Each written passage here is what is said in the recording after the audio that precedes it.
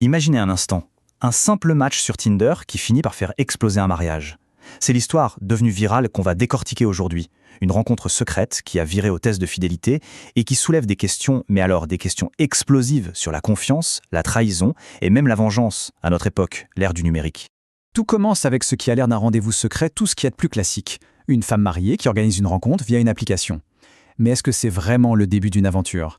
Ou est-ce qu'il s'agit d'un piège parfaitement orchestré? C'est vraiment le cœur de tout ce drame moderne.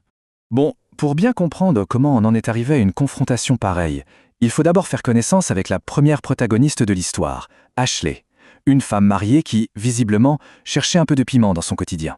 Alors voilà, Ashley est mariée, mais elles se sont attirées par l'aventure. Et sur Tinder, elle tombe sur le profil de Mathieu. Il a l'air charmant, un peu mystérieux, et bien la connexion est immédiate. De message en message, l'excitation de ce petit secret ne fait que grandir. Après avoir bien discuté en ligne, ils se disent qu'il est temps de passer à l'étape suivante, le premier rendez-vous, en personne. Le lieu est choisi, un restaurant.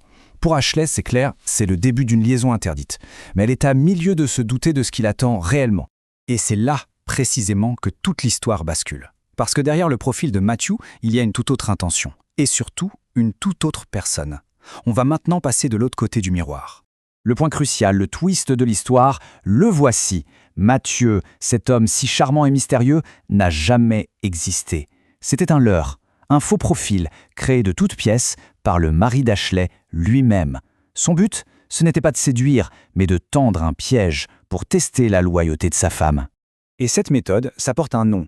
C'est ce qu'on appelle un test de fidélité. C'est une tactique qu'on voit de plus en plus sur les réseaux, où une personne, rongée par le doute, décide de créer un scénario complètement artificiel pour pousser l'autre à la faute. C'est un symptôme à la fois fascinant et, il faut le dire, assez inquiétant de la manière dont la technologie peut transformer la jalousie en une véritable opération de surveillance. Ce qui est vraiment intéressant ici, c'est le débat éthique que ça soulève. D'un côté, il y a ceux qui vont dire que c'est une précaution justifiée, une façon de se protéger d'une trahison. De l'autre, beaucoup y voient le signe que le mariage est déjà mort, parce qu'un acte pareil, ça détruit la base de tout, la confiance. Allez, retournons au restaurant. L'ambiance doit être assez tendue. Ashley attend son rendez-vous secret. Impatiente, peut-être un peu nerveuse. Le piège, lui, est sur le point de se refermer. La scène est vraiment digne d'un film.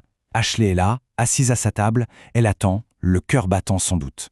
Un homme finit par s'approcher, et là, son sourire doit se figer net. Ce n'est pas Matthew, c'est son propre mari.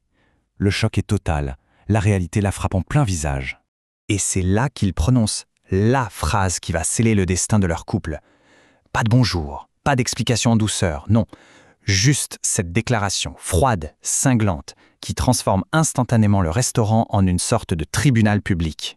Pour lui, il n'y a même pas de discussion, pas de débat possible. Le simple fait qu'elle soit là, à cette table, à attendre un autre homme, c'est la preuve ultime.